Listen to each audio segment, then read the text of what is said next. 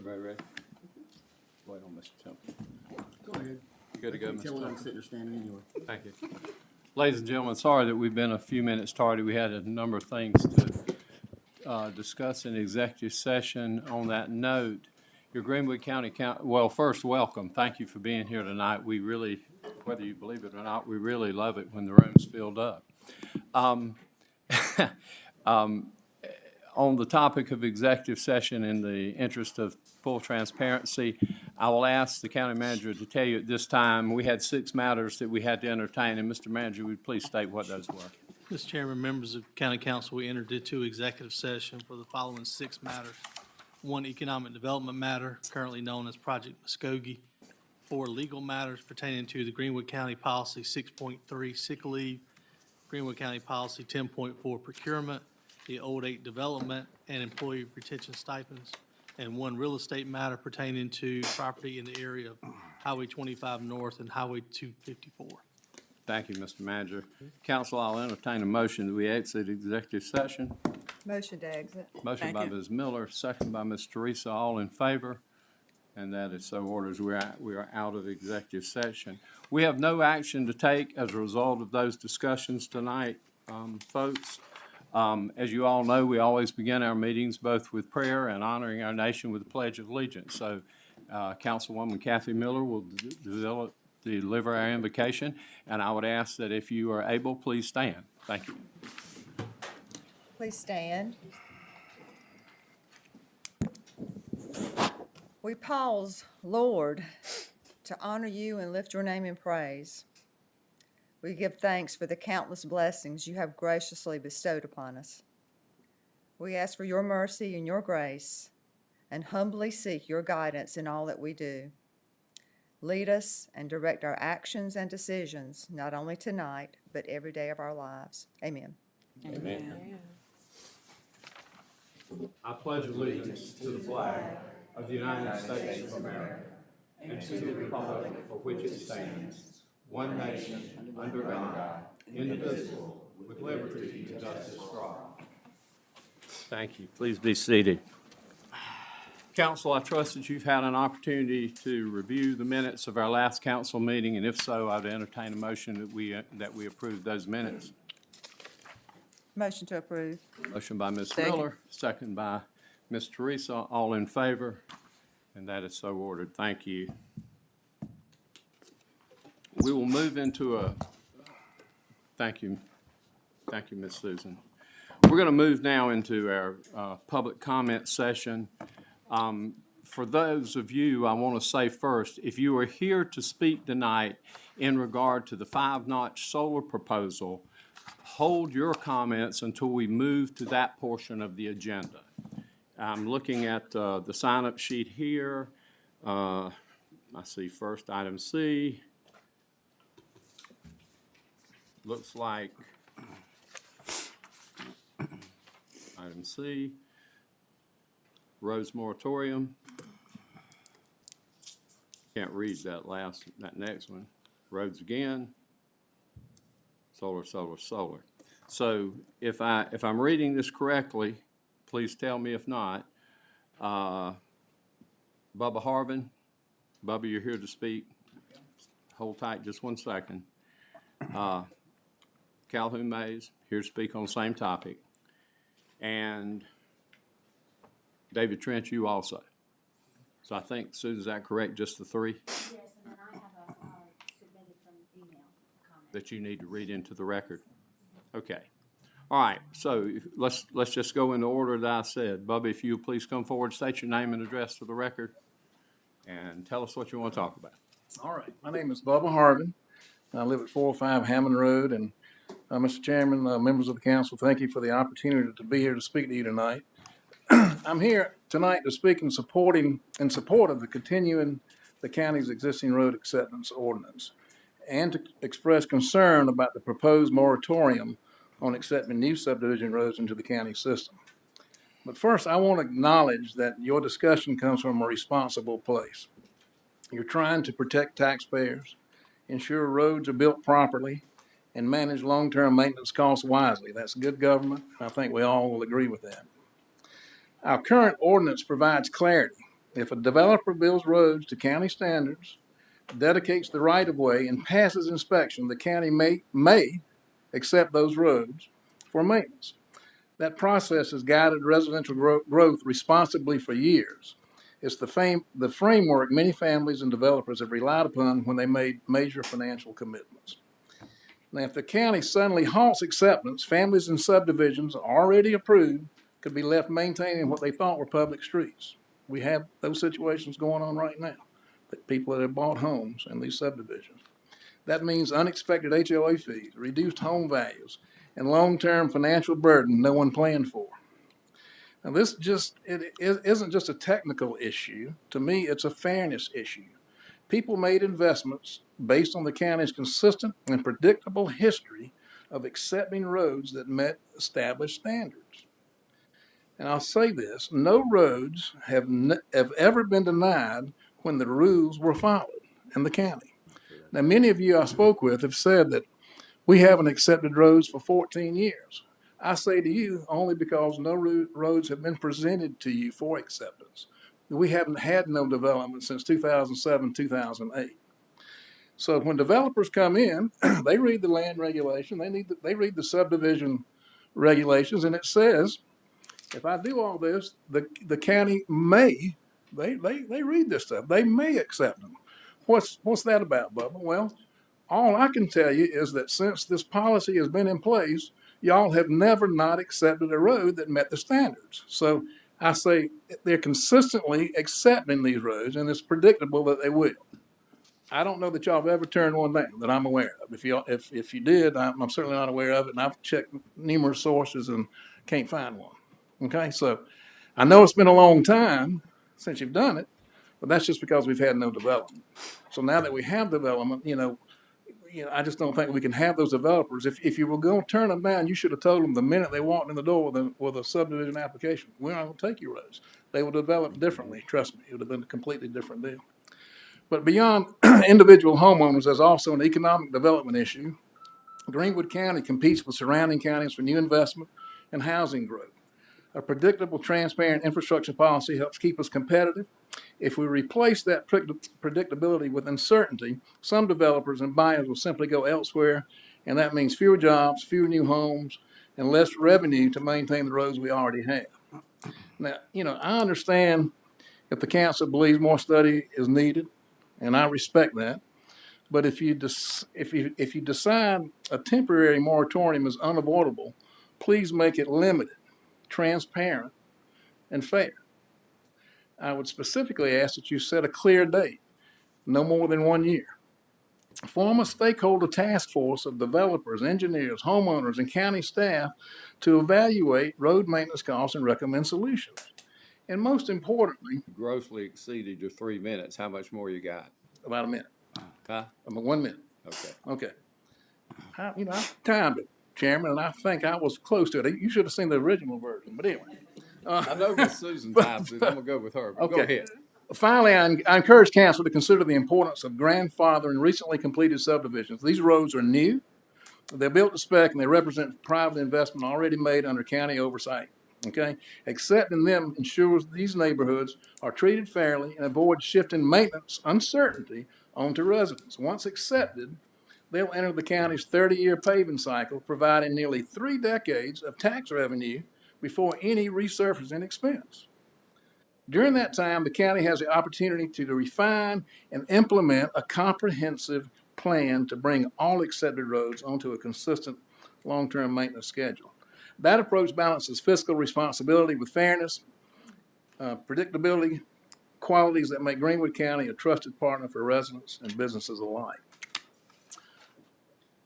Let's continue to be a county that plans ahead, not one that leaves residents and developers guessing. Let's keep our policies predictable, and if needed, study the issue in a deliberate, time-limited way. And thank you for your time, your public service, and your commitment to Greenwood County. Thank you, Mr. Harvin. Appreciate you. Mr. Calhoun.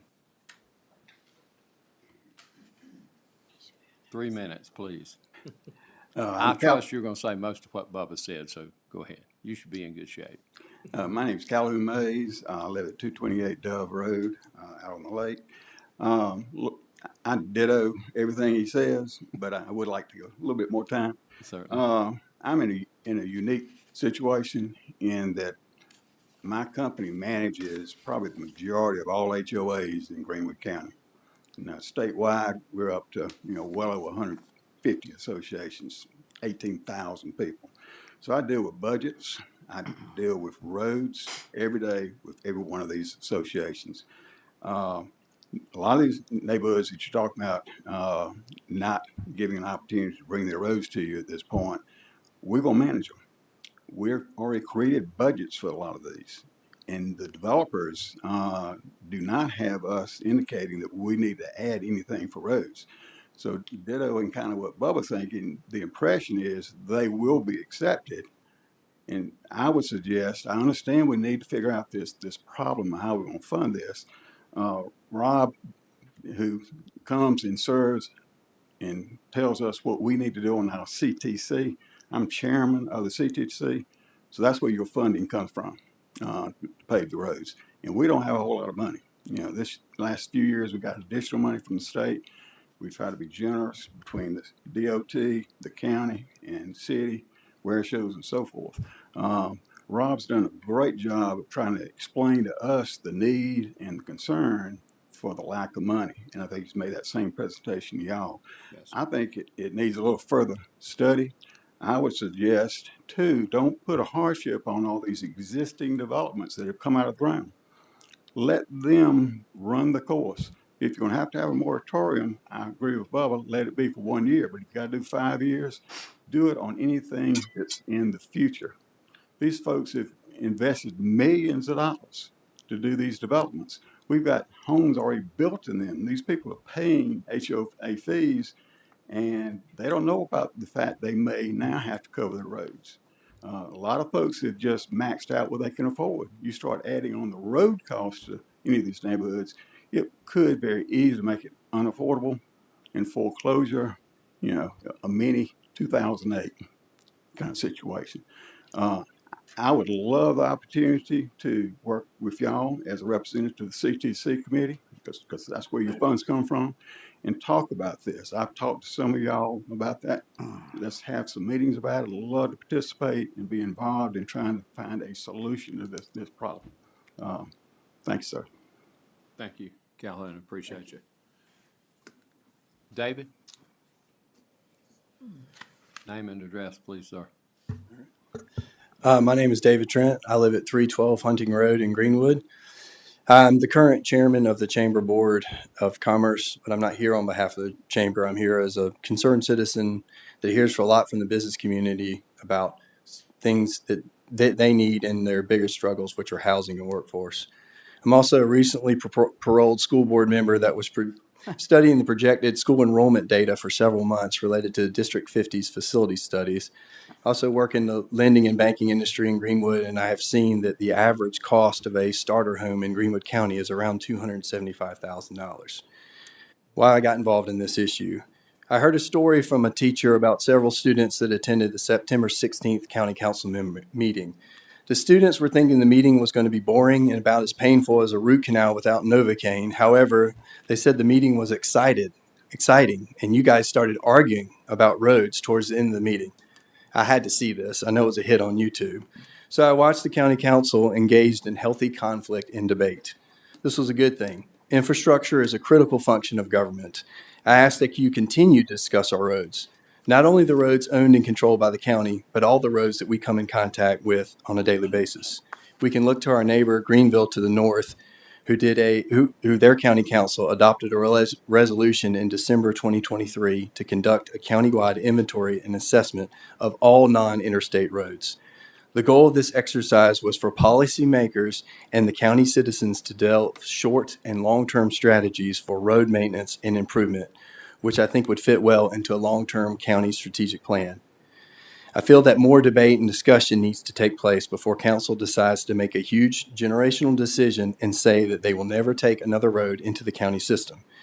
In recent years, Greenwood has been showing signs of growth, and that's a good thing. We need it. The 2020 census showed that we had a population decrease of a little bit of citizens. Since 2018, deaths in Greenwood County have exceeded births. That's right, more people are dying in this community than are being born. We have to take into consideration that we are a county that must grow in order to survive. Talk to any CEO in the area, and workforce is a huge challenge, but behind that is housing. Many companies need to find housing for their employees. We don't just have an affordable housing problem in Greenwood, we have a general housing shortage.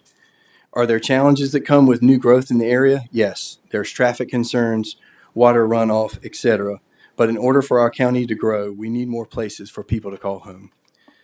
The Palmetto State is growing fast. Last year, South Carolina was ranked #1 for the first time by the U-Haul Growth Index for one-way moves.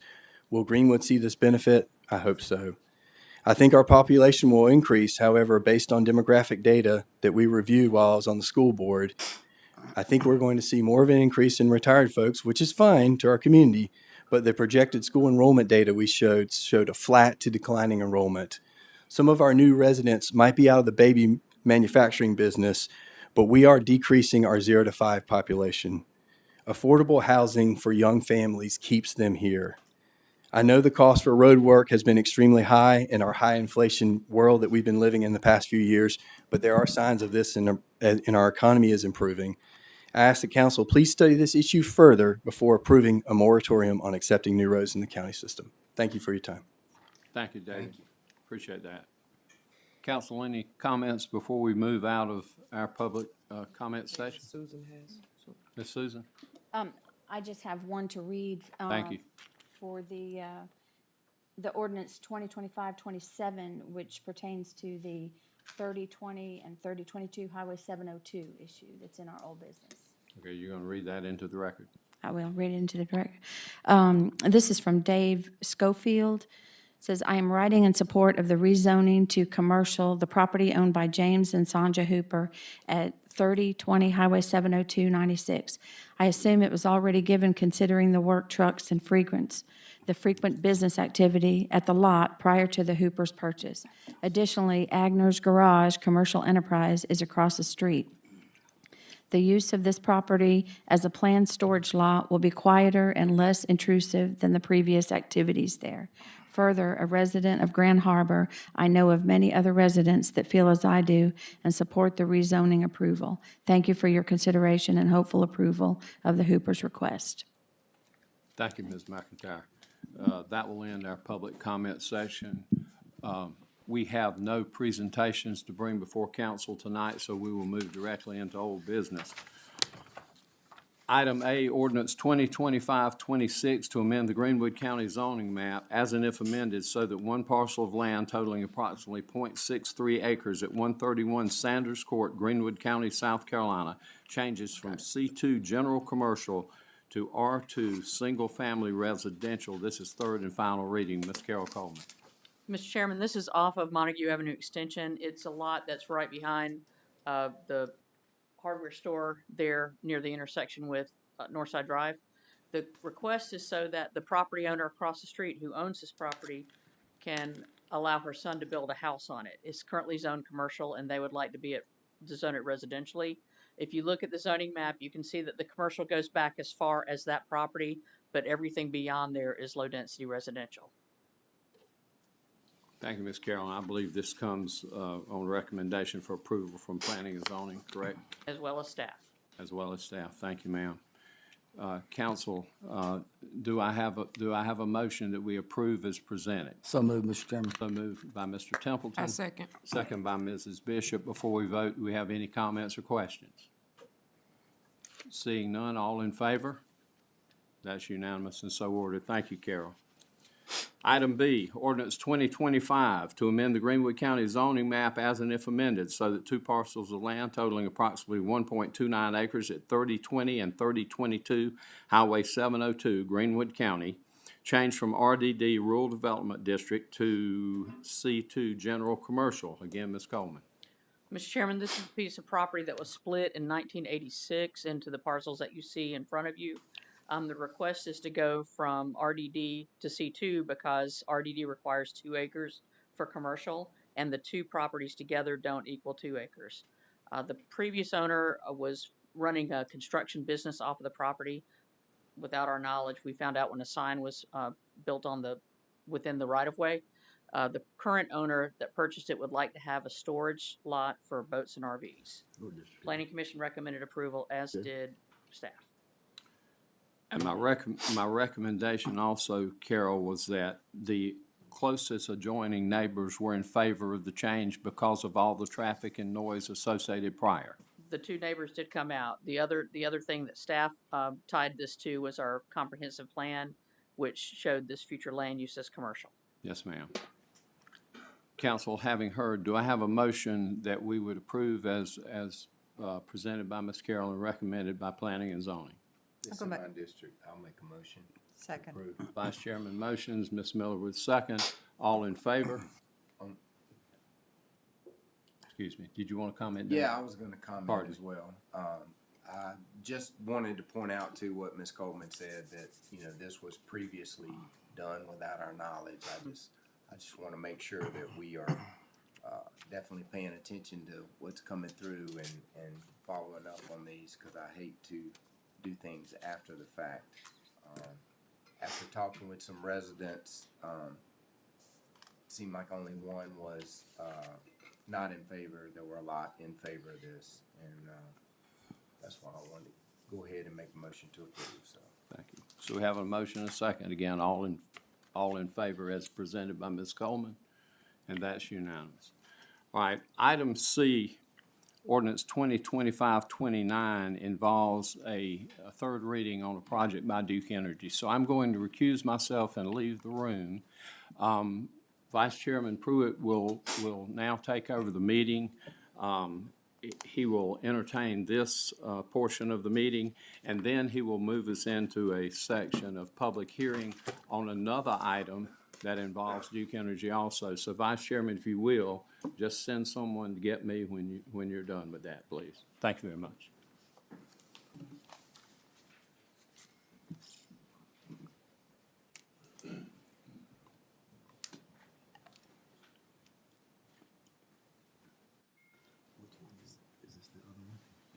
Yeah, there's a lot.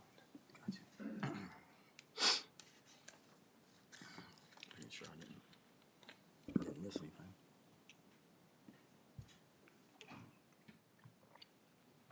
Thank you, Mr. Chairman. Good evening, and I'm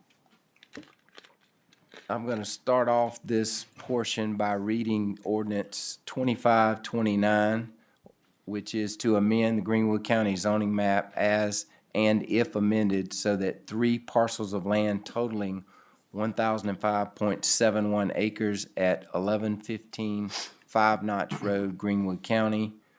GPIN number is listed. All 3 changes from FA Forest Agriculture to RDD Rural Development District. We're kind of going to do this one a little bit differently, as we mentioned, as regards to public comment. I would also like to say that myself, along with all of our colleagues here, have received lots of emails and phone calls, very respectful, I might add, and professional, and I appreciate that, to think about this. So having been given that much information, we felt that there were additional questions council had. So we gathered our questions together and sent those to Duke Energy for additional information. I think other council members have done their own research. And I will tell you that myself and Mr. Templeton, along with the county manager, drove the property as was requested in one of the emails, all of the property. So what we would like to do is start this out and have Mr. Bowen from Duke Energy present first. After such time, go over the zoning with Ms. Coleman, and then we will entertain all the members who signed up for public comment. Okay, Mr. Bowen? Thank you very much, Co-Chairman Pruitt.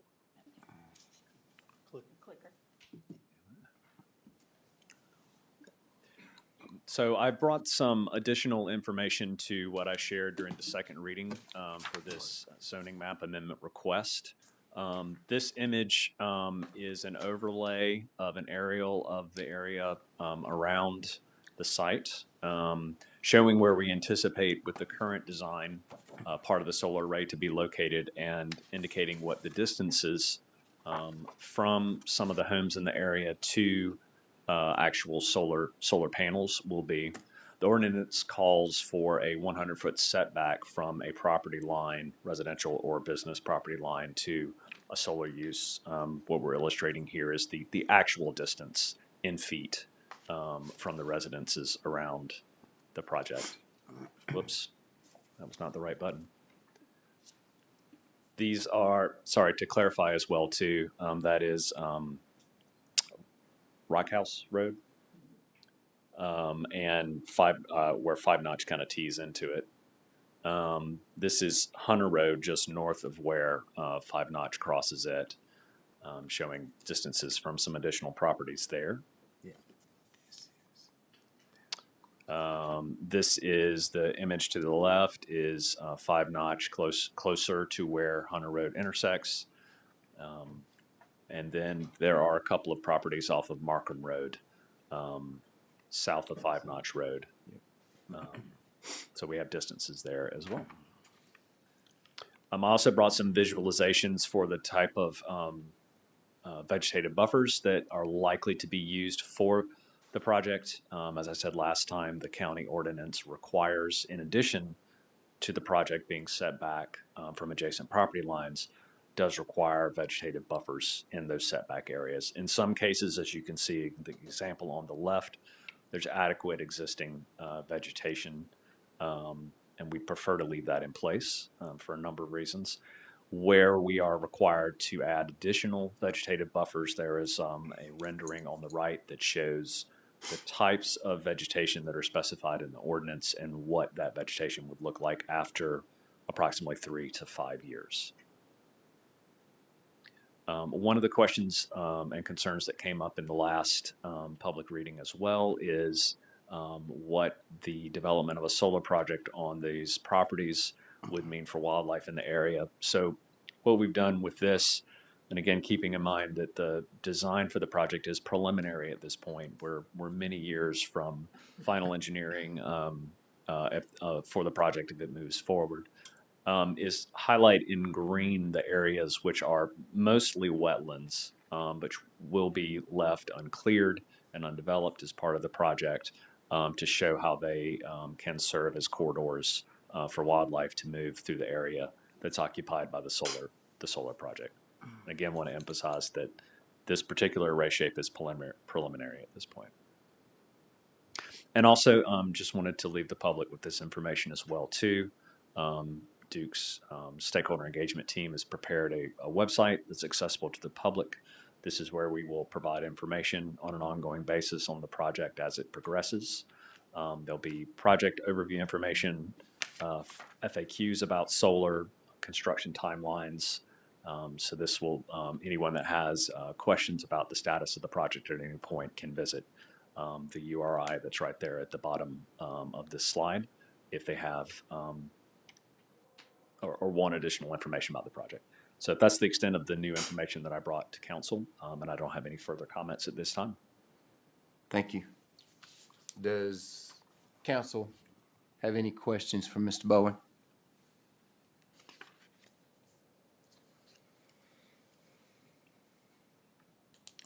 None?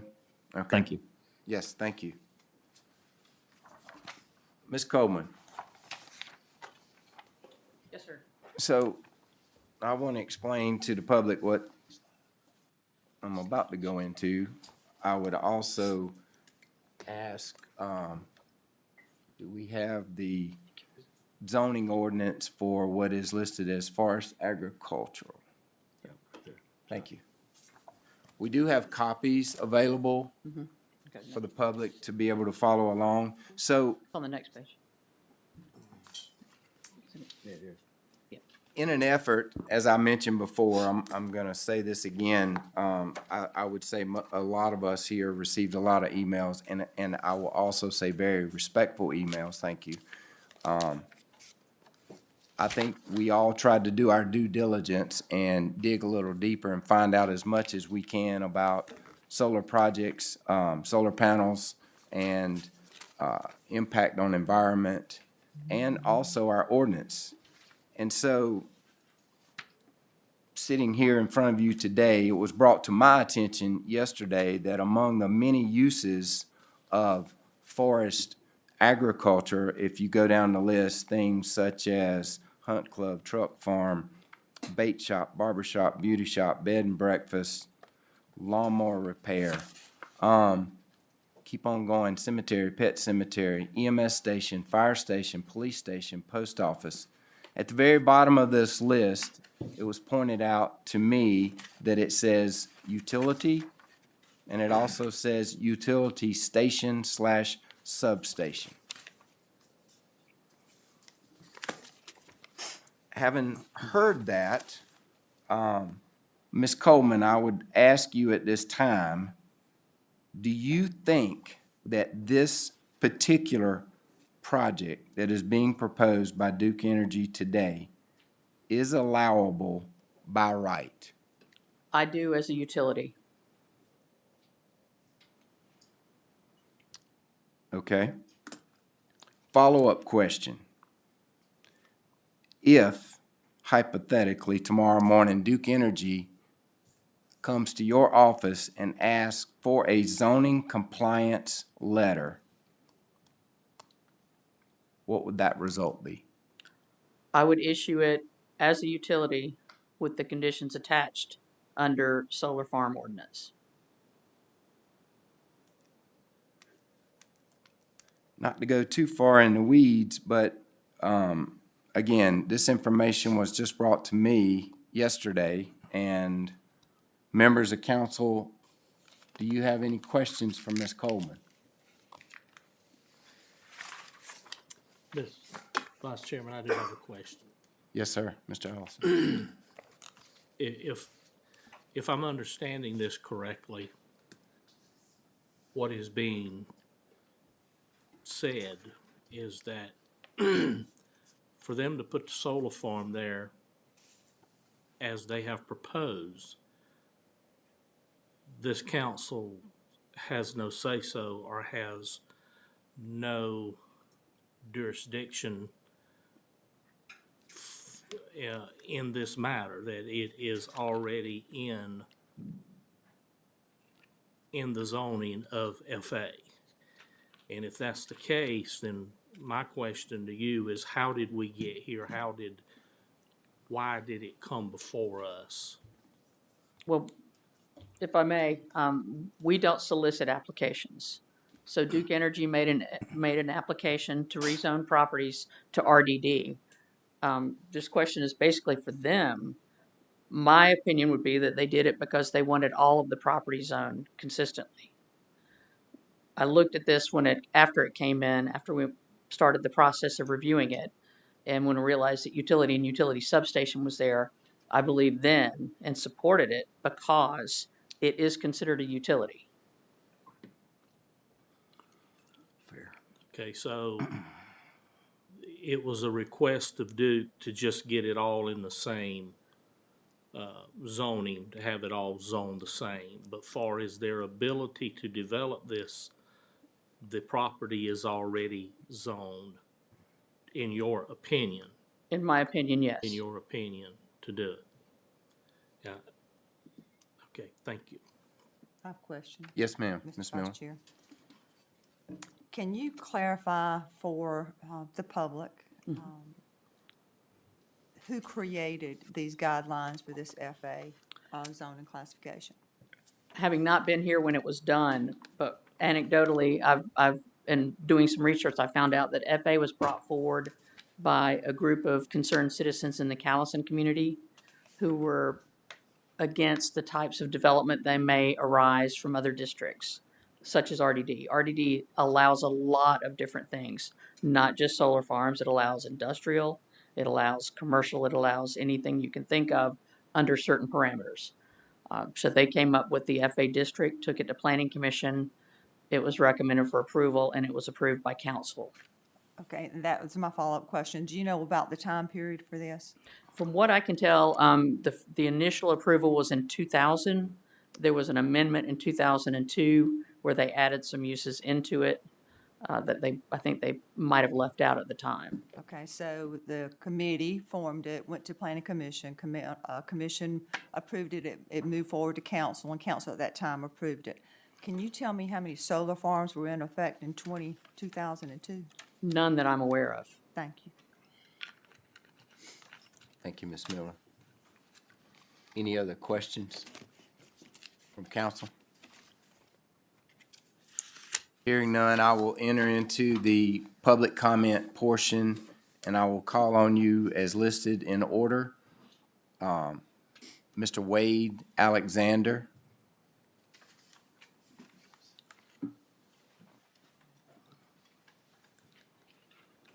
Please state your name and address for the record. Wade Alexander, 1509 Gardenia Road, Charleston, South Carolina. Good evening, council members. My name is Wade Cothran Alexander, and I represent my mother, Joanne Harrison Alexander, and the John P. Harrison Family Trust, which owns about 1,000 acres next to the applicant's property. A portion of our land is included in the solar project and already zoned appropriately, RDD. Our family has been good stewards of the ground for generations.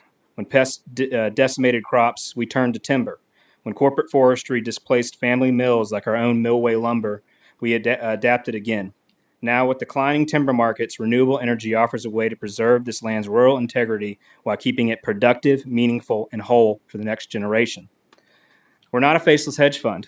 We're local South Carolinians facing the same pressures you do. Our connection to this land runs deep. I've spent nights in a one-room cabin my granddad built by hand on Hard Labor Creek.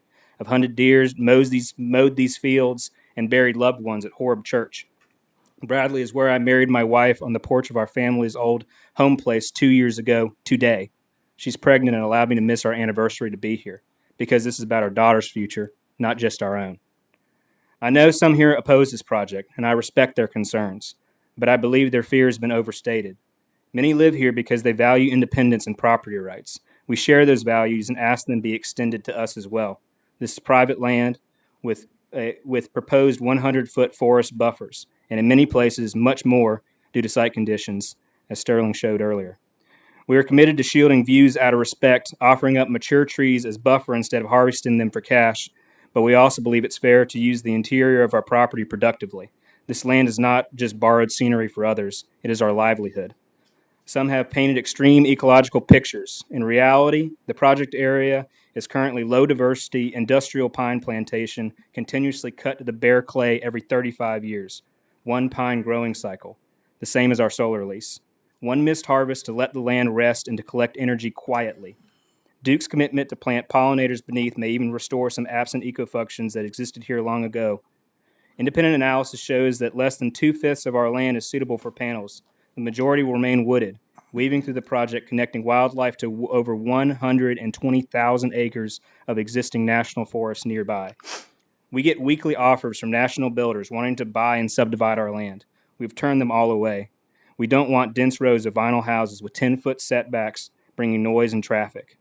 We need to manage growth proactively, not let it consume us as it has in other communities, North Augusta, Greenville, Charleston.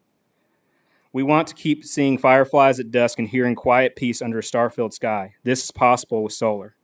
This project just can't be picked up and put anywhere. It depends on proximity to major transmission lines and key regional resources. This site is unique. This zoning change provides access to the line for the whole project. If voted down or tied tonight, I'm almost done, it dies for the whole county. With it goes decades of substantial, reliable tax revenue to support our schools, roads, and community services without burdening local taxpayers. Money's coming from North Carolina. For these reasons, I respectfully urge council to approve the zoning request. Our property is already zoned RDD, setting a clear precedence for our neighbors to match this land use directly across the street.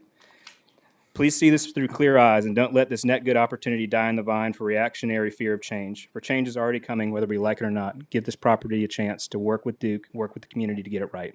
Thank you all, and thank you for your service. Good night. Thank you, Mr. Alexander. Next on this list is Joanne Alexander.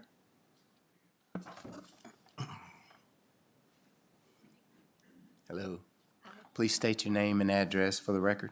Okay, my name, my name, my name is Joanne Harrison Alexander, 1400 Park Shore Drive, Charleston.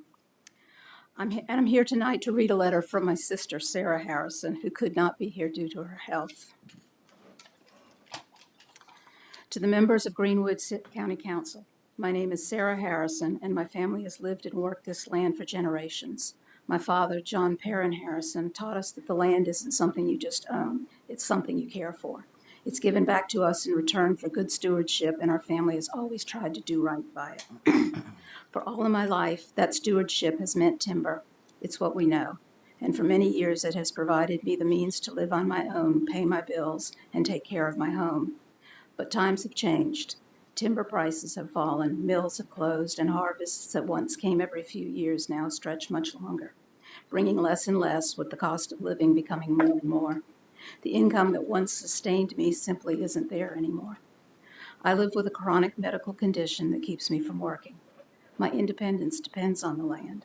It has always been my security, my peace of mind, my ability to live alone, and to take care of myself. But with the markets the way they are, that peace has turned into worry. I'm not asking for anything more than the chance to continue caring for this land while it continues to care for me. This solar project offers a way forward, a steady, dependable income for me and the people of Greenwood County that doesn't destroy the area's character. It keeps the property intact and working, not sold off or divided, but continuing to serve the same purpose it always has, supporting the family and the community that has cared for it. I know change can be uncomfortable, but I also know what it means to live with uncertainty, to wonder whether you'll be able to keep your home or pay for your basic needs. For me, this project isn't about politics or power lines. It's about dignity. It's about being able to live the rest of my life independent, in peace, without fear of losing it or the land that is dear to me. I love Greenwood County. I love these woods, this soil, this community. All I ask is that you please allow me the opportunity to continue being a good steward, just in a new way. Thank you for listening on my sister's behalf. I know she meant every word, and I know how much this land and this community mean to her and to me. In fact, I am a member of this very library, and I also wear a pendant next to my heart that bears the GPS coordinates of my grandparents' home in Bradley. Thank you for your time and your service to Greenwood County. Thank you so much, Ms. Alexander, for your time. Next on the list, Jeremy Lovern, sorry.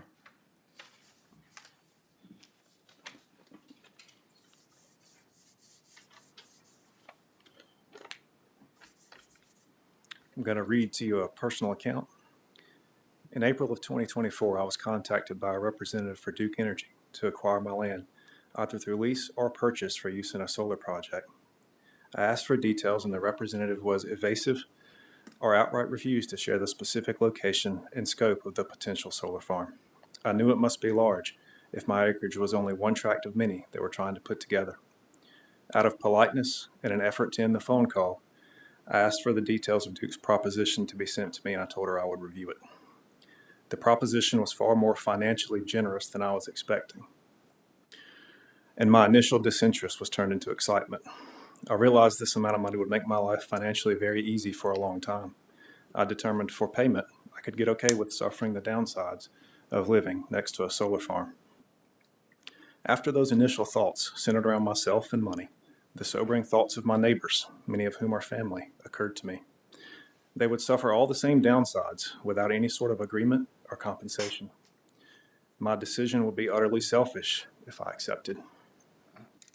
After considering this, I knew I could not in good conscience accept such an offer regardless of the dollar amounts involved.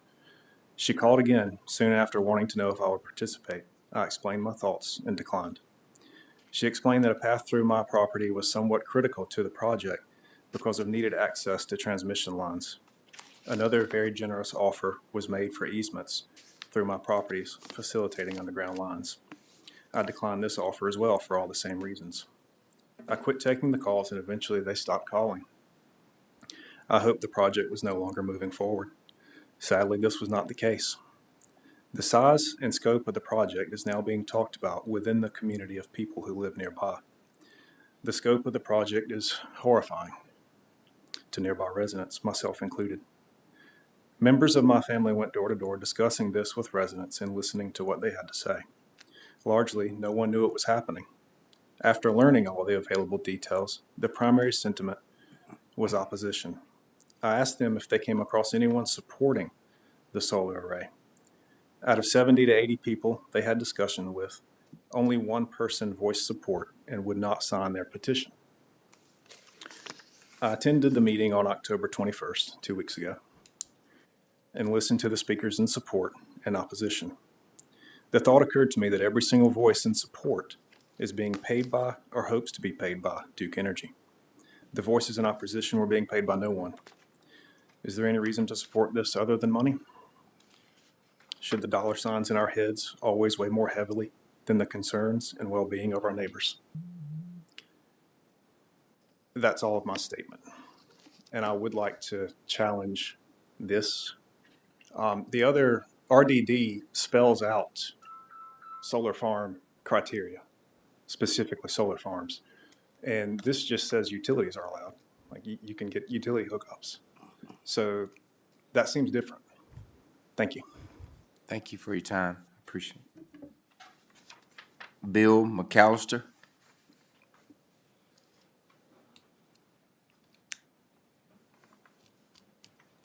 Mr. McAllister. Bill McAllister. I live at 2706 County Line Road.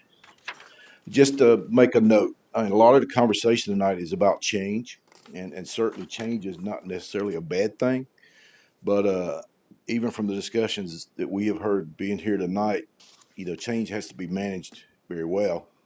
And so our concern in our area, the county, is, this is a pretty big change for all of us. And we're concerned, obviously, you got a lot of information, over the last week or two that we have since we were here last together.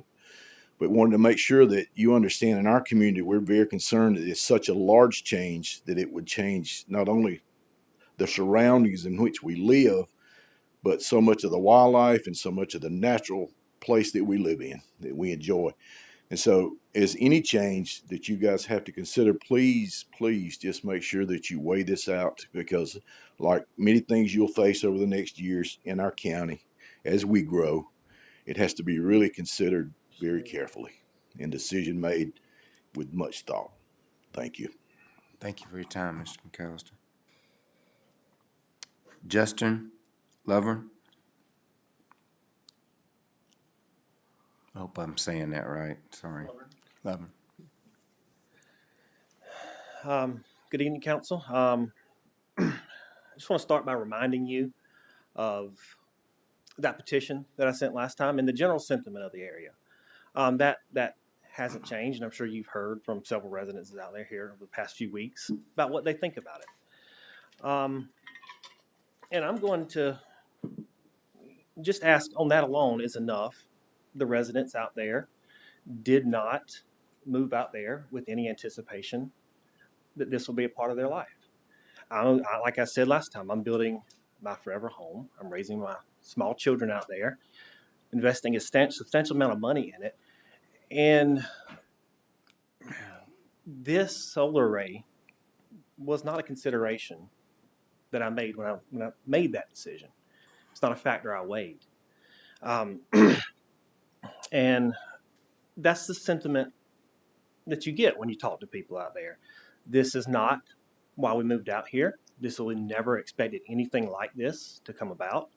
And most of it's just the objection to the scale of it. Sightlines. And then that brings me to the RDD zoning and why I think it should be denied. I'm sure y'all are familiar with the comprehensive 2035 plan, the county plan. In section 10.4 of that plan, as approved by y'all and amended several times over the years, there is a lot of, I guess, apprehension about the RDD zoning. As a matter of fact, y'all, it is explicitly stated this should be discouraged, this zoning, for reasons. If you could read that comprehensive report, you could read why. And not only should it be discouraged, should actually be phased out. That's also in the plan. And today there's a proposal before y'all to act in direct contradiction to y'all's approved comprehensive plan. That alone is basis to deny this. And, you know, and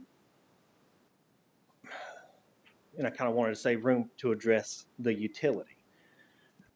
Would we consider Lake Greenwood a utility? We're drawing water for, you know, drinking water out of Lake Greenwood. And no, the answer is no. If somebody wanted to build and for some reason there's natural gas out there, would we, a pump site, would we designate that as utility? No. Would you, I guess just to keep it short, this is a plant. It generates something. It makes something. It is an industry. It is an industrial-sized solar array. This is not a utility. The transmission lines are utility. Substations are utility. Water pipes are utility.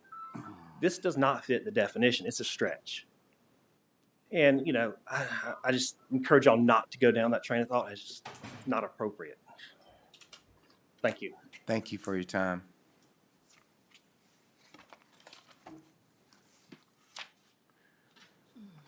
All right, council, we've heard from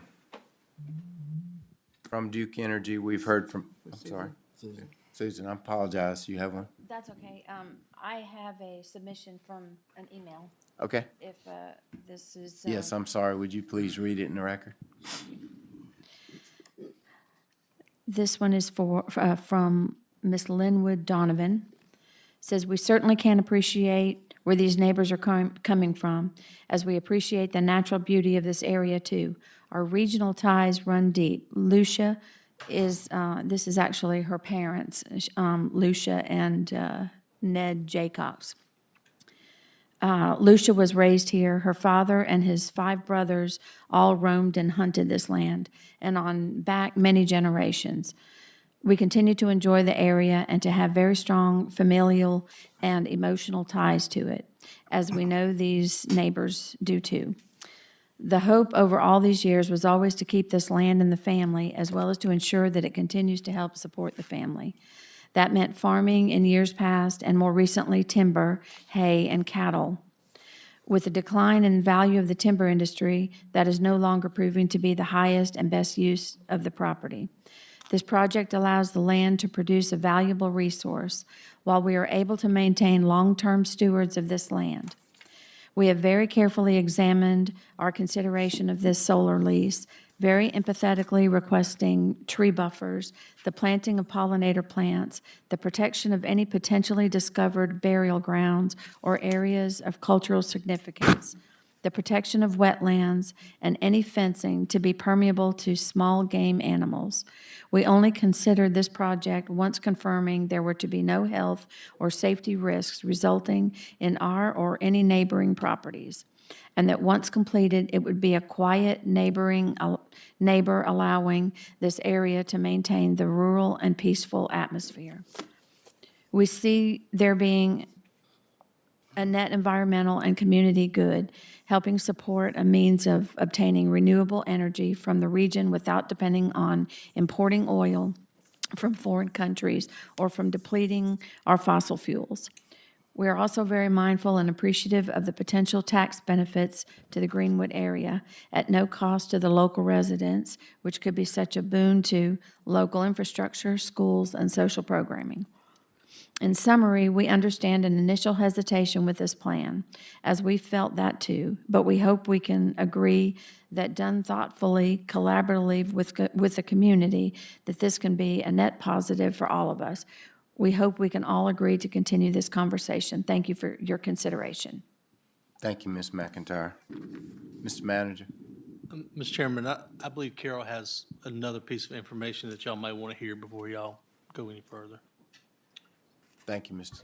Manager. Ms. Coleman. Mr. Chairman, I mentioned anecdotally that I thought that the group, the community that around Callison that created the FA district told me or said that they specifically left solar farms out of there. May have been misplaced. That was, like I said, a very anecdotal statement. And don't think that it was tied all the way back to the creation of it. I think that the mention of it was that they thought solar farms may not be positive because they take away the ability to do agricultural farming. But it was not a part of the Planning Commission's review. It was not a part of the ordinance, and it predates, in fact, all the solar farms that we have.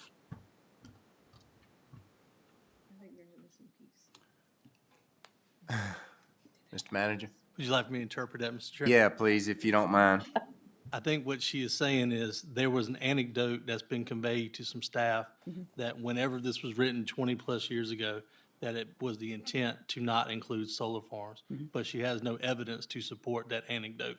But for you having all information, she wanted y'all to hear that. I did go back through the Planning Commission records from those meetings, so that's why I don't believe that it was in the intention of that. Okay, thank you.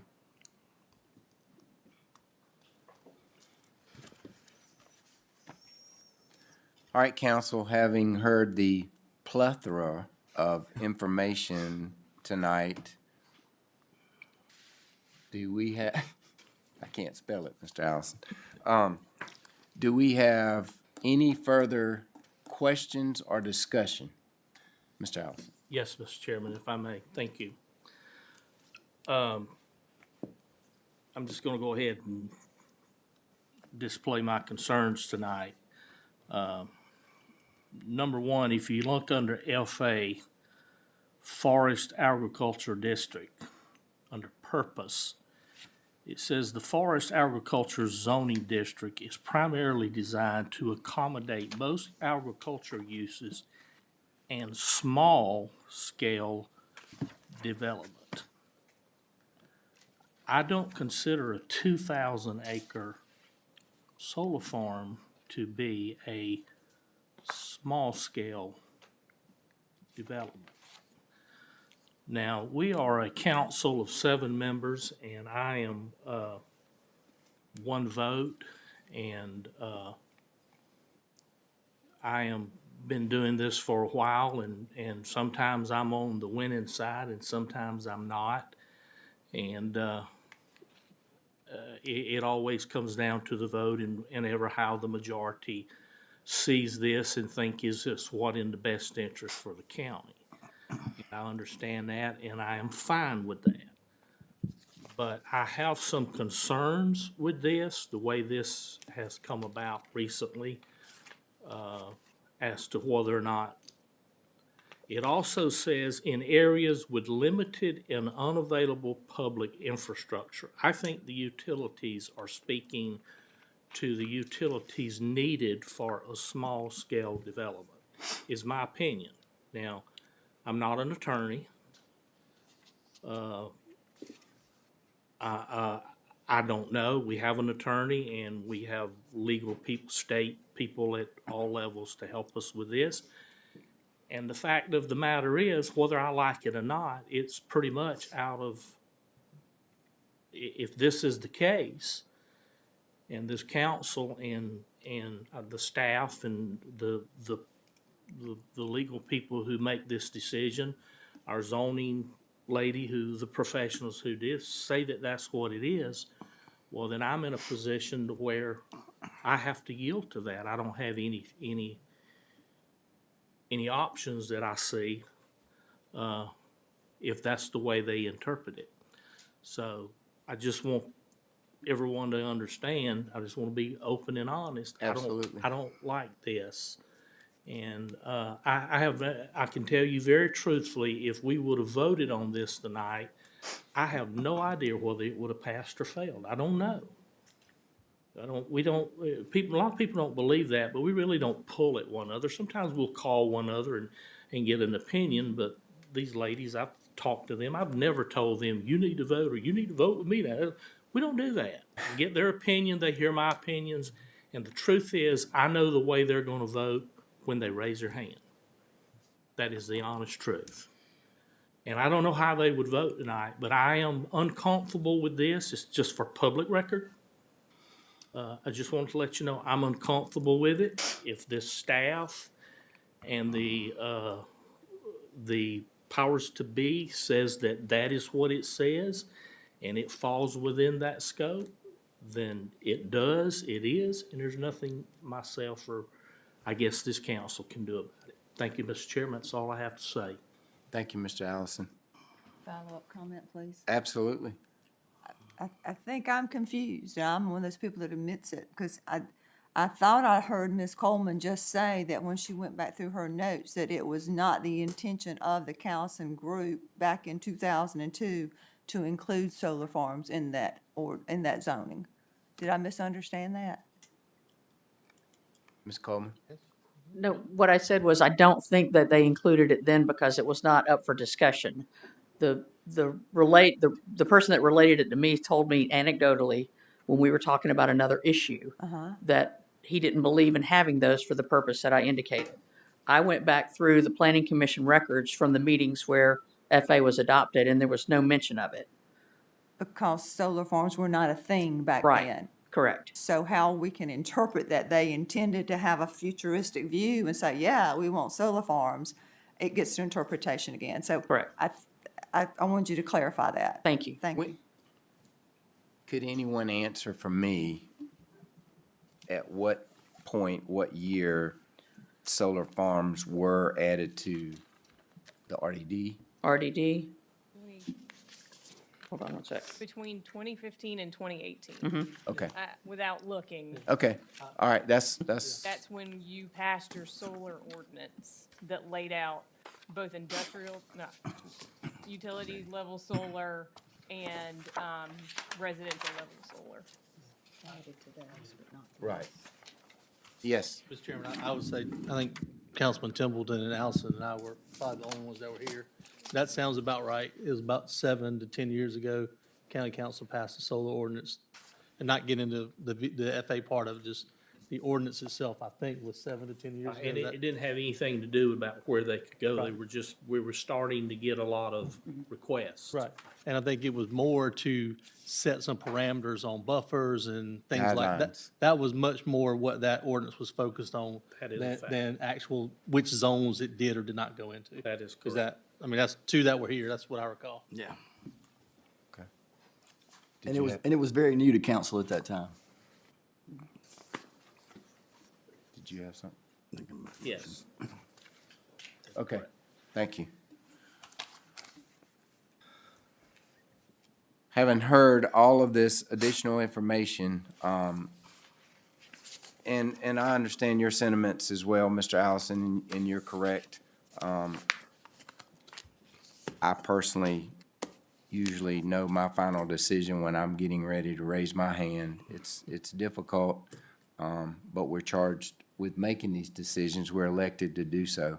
I am pleased that, and very pleased the amount of correspondence we received and the way we received it. I thought everyone was respectful. I want to thank the speakers that came up, both for and against. I thought you did an excellent job of stating your position and how you felt on the subject. Very appreciative of that. That's, for me, that's how public government is supposed to work. And I thank you. You're to be applauded for that. Having heard all of this information again, is there any motion? Mr. Chairman, Yes. or Mr. Vice Chairman, I'll offer you a motion based off the additional information that we've received and the fact that RDD and FA both seemingly allow this project without a vote of council. I'm going to make a motion that we postpone this for 2 weeks to allow staff to look into this further and give us a more clear answer at our next meeting. That's my motion. Second. We have a motion by Mr. Templeton. We have a second by Ms. Griffin.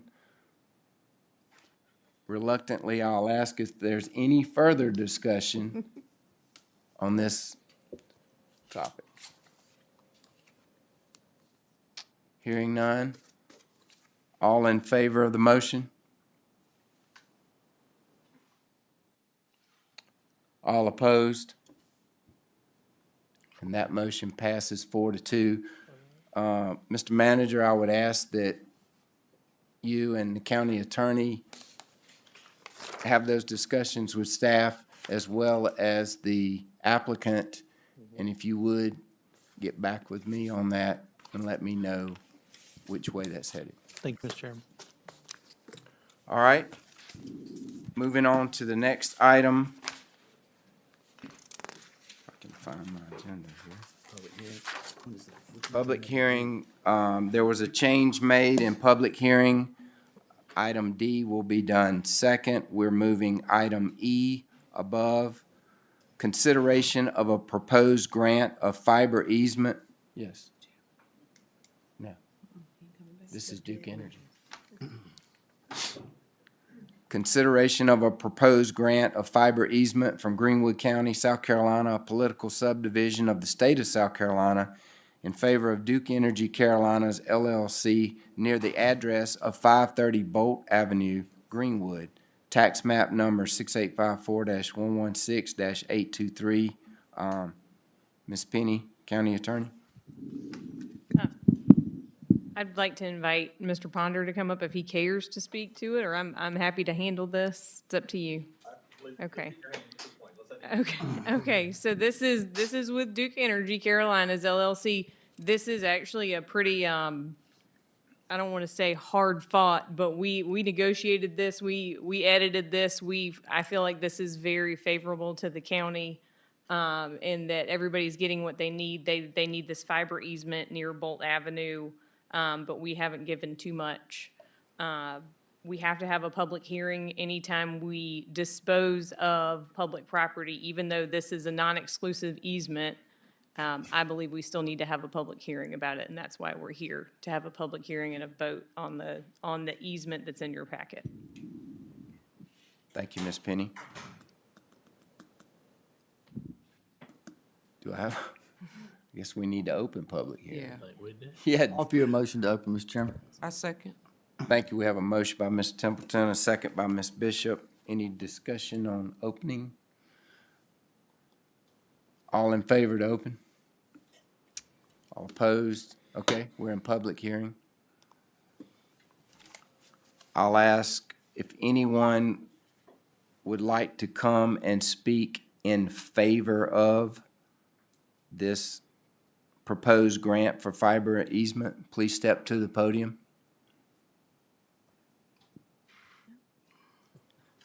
Seeing nobody tripping over the carpet, I will ask if there's anyone here that would like to speak against this proposal.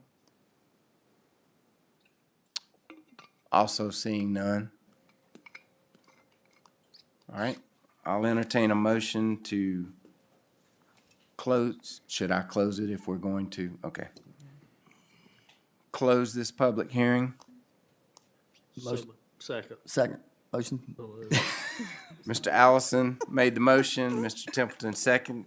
Any further discussion on closing the public hearing on this proposal? All in favor? That's unanimous. Mr. Chairman, I offer you a motion to approve. Second. We have a motion by Mr. Allison, second by Mr. Templeton. Any further discussion on the fiber easement? All right. We took the vote already. I'm late. No. No. All right. Let's, all in favor? All opposed? All right, that's unanimous. Now we can get it. So I assume we can pull Mr. Theo Lane out of timeout to resume the meeting. To go to, is it D? Yeah, public hearing for D.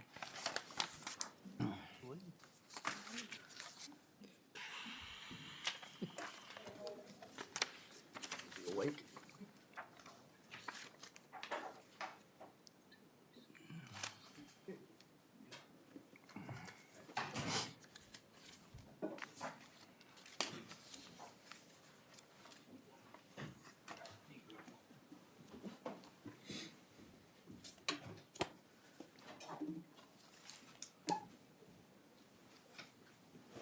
Thank you, counsel.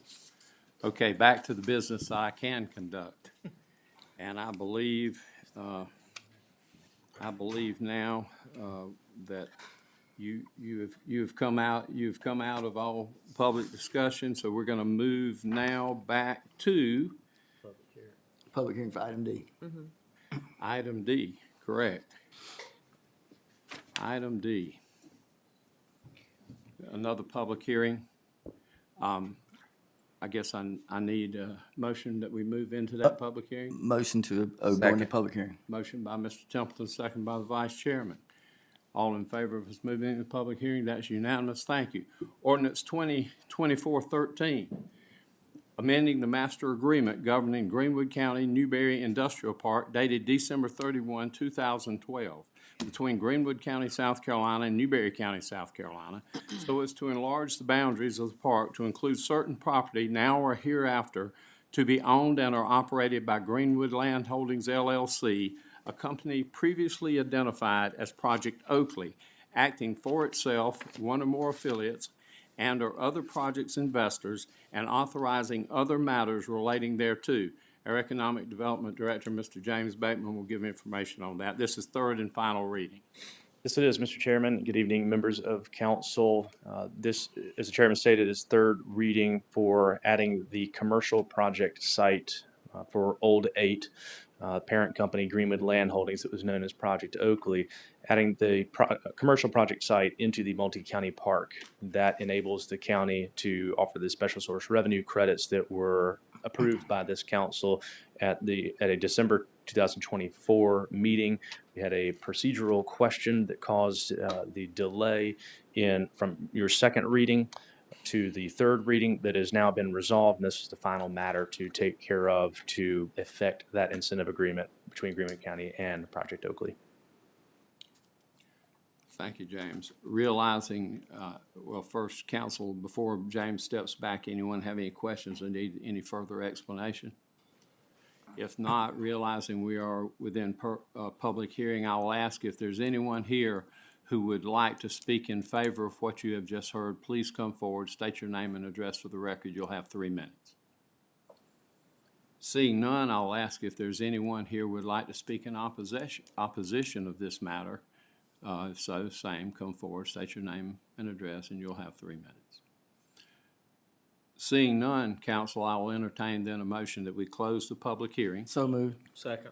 So moved by Mr. Allison, second by Mr. Templeton. All in favor of closing the public hearing? That's unanimous and so ordered. Thank you.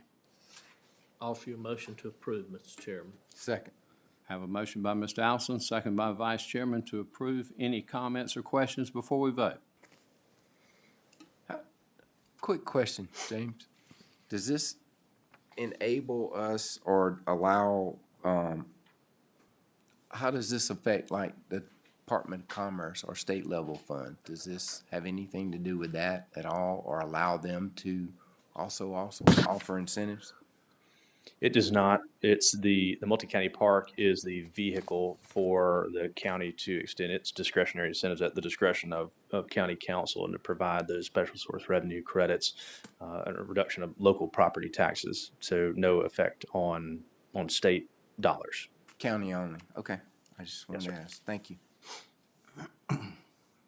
Any other comments or questions? If not, all in favor of approval is presented. It's unanimous and so ordered. Thank you. We'll now move to new business. Consideration of the appointment of special tax district commissioners for the following subdivisions.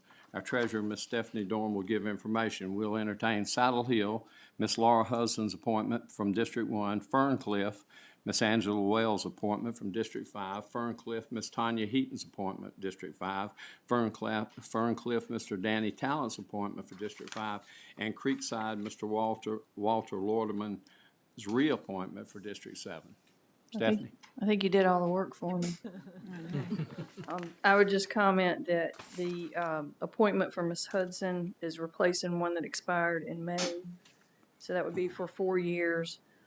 Your terms for Ms. Wells, and Ms. Heaton, and Mr. Talent will be all staggered.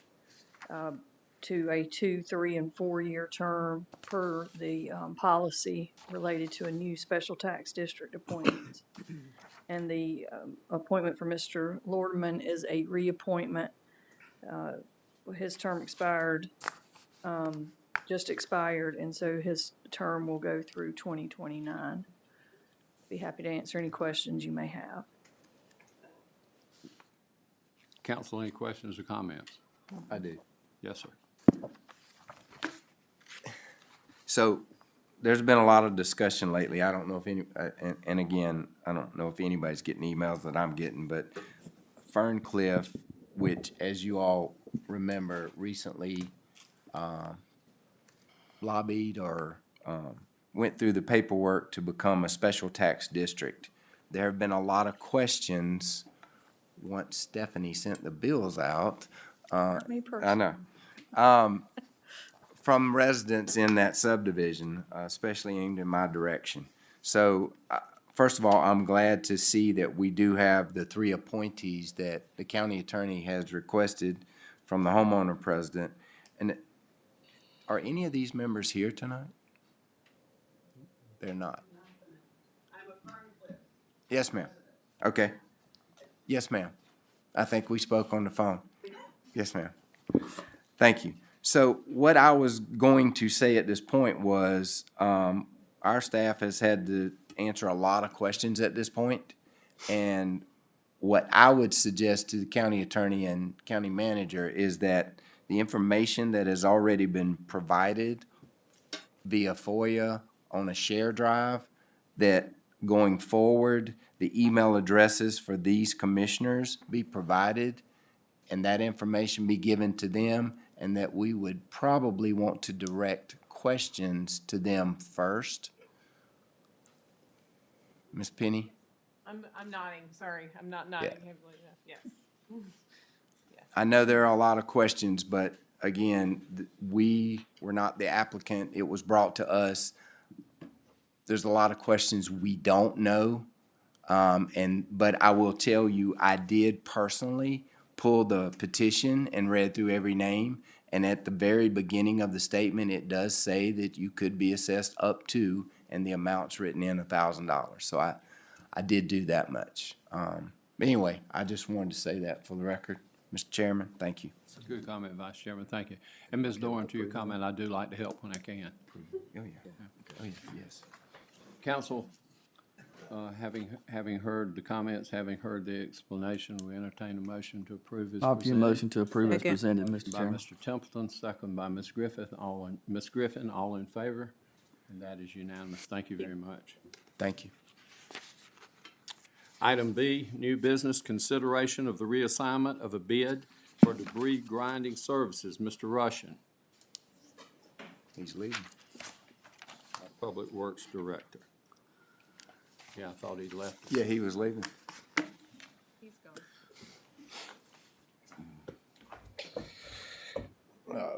Council, thank you for letting me be here tonight. In October of 2024, an RFP was issued in the wake of Hurricane Helene for debris grinding services. Council awarded the bid to the top-ranked vendor, Carter Wood Waste Grinding. That vendor has been unable to complete the work, and therefore we are looking to reassign that work. From that bid, the second-ranked vendor was McClam and Associates. McClam recently won the bid for our normal annual grinding services, not hurricane debris. And they're currently on site grinding that non-hurricane debris. The original award or PO for the hurricane debris service was $600,000. To date, we have expended just short of $400,000, which leaves just over $200,000 left on that purchase order. I do want to caution council that while we think the $200,000 may be enough to finish the grinding services, and may be coming back at a later time, just depending how far that remaining $200,000 goes. Staff recommends rescinding the original award and awarding the remaining funds on the purchase order to McClam and Associates for the completion of the work. I can take any questions or that you might have. Mr. Russian, has that decision been communicated to the current purchase order holder? Yes. And we have made them aware that we are heading that direction and that we'd be taking it to council for approval. Okay, thank you. And I appreciate that question by the vice chairman, because I was going to say that I think it's important for the public to know that the lack of performance, you told us that there have been some mitigating circumstances. So we're not just kicking somebody out midstream. Any other comments or questions, or do I have Mr. Mr. Allen? Chairman, so you're saying you don't know the 200,000 remaining balance will take care of it? Yeah, we're roughly 2/3 of it through it. What remains on the ground, just depending on size, it's tough to tell how long it's going to take. They work on an hourly basis. That was the original bid. That's what the grinding services typically are. You pay for how, the hours that the grinder is actually producing material. Not that they're on site, but that how much the grinder is actually producing material. So we've looked at it. The McClam has droned some of the piles there, just trying to give them an estimate. We think it's going to be enough, but it's close. And I don't want to, assign it to another without letting you know that that's a possibility, 6-8 weeks down the road. And my question to you, Mr. Rushton, would then be, with the information you've given us, what are the options do we have? So the original, there's an original budget amendment done by council to fund this project to $600,000. We would have to come back to you for another budget amendment and where that money would come from. Originally, it was an account. I'll refer to our treasurer for specifics, but any additional beyond the 205, we'd have to come back to you guys for a budget amendment. And I believe, I would assume that the bidder is the next in line for as lowest. That is correct. So They have been, yes. Probably wouldn't do us any good because they are the next person in line for the lowest bidder. Correct. And they're already on site. Yes, they won the recent bid for our normal grinding services as well, so well below some of the other bids. Thank you, sir. Thank you, Mr. Chairman. Mr. Chairman, I offer you a motion to approve. Second. I have a motion by Ms. Bishop, second by Mr. Templeton. Before we vote, is there any further question or discussion? All in favor of approving as presented by Mr. Rushton? That's unanimous and so ordered. Thank you. Thank you. Thank you, Rob. Item C, Resolution 2025-27 to consider a moratorium on accepting roads into the county road maintenance system. Rob? Council, we've discussed this in previous council meetings. There's over 1,200 miles of roadway in Greenwood County. The maintenance of those roadways is a mixture of state-maintained roadways, county, and also private. In previous meetings, I've put forth some of the financials, talked about our paving cycle, the amount of money that we need to get on a reasonable paving cycle of 25 years. We've presented some other facts, figures, data on what these new subdivisions that we currently have in the process, kind of revenue they bring in. Most of them falling short of what it takes to actually maintain the roads from the revenue they generate. We've also talked about the total cost of bringing all the private roads into the system, the 111 miles out there that are currently privately maintained. Of course, that privately maintained system is growing with the addition of new subdivisions that we have out there. The funding for the maintenance of the county roads, it's a bit diverse, but mostly the local road fee is what funds it. We've talked about that we're falling well short of our expectations to resurface some of these roads. So what staff is proposing is a moratorium from council. Often we get inquiries from the public and developers about bringing new roads into the system. We don't tell them we're not taking in roads. We inform them of the policy, and we're looking for direction from council so that we can give them some definitive answers. So we've discussed doing a moratorium. The resolution 2527 is a proposed 5-year moratorium so that, again, we can get some of our funding levels in line to get our pavement cycle to a reasonable amount of what we think is 25 years for resurfacing before we consider adding to that system. I'll be more than happy to take any questions, discussions. I know we've talked a lot about this previously, but I'm more than happy to talk about it as long as you'd like. I have a question, Mr. Chairman. Go ahead, Vice Chairman. So we heard Mr. Harvin say tonight that we have not denied. Now, I've only been on council at this point 4 years. Not one county subdivision has come in front of me. Obviously, there's been a lot of building and development in Greenwood. Most of that, I believe, has been in the city. So we've not taken any new roads, but has any come before us? Any brand-new subdivisions in the county? That was the part that I feel like may have been omitted from the information. Yes, Mr. Manager, you want? I will tell you that I have not been involved in any formal ones that have come before council in my 7 years with the county. Yes. Mr. Chairman, Mr. Manager. and I'm going off memory, okay, so if my memory fails me, then I apologize.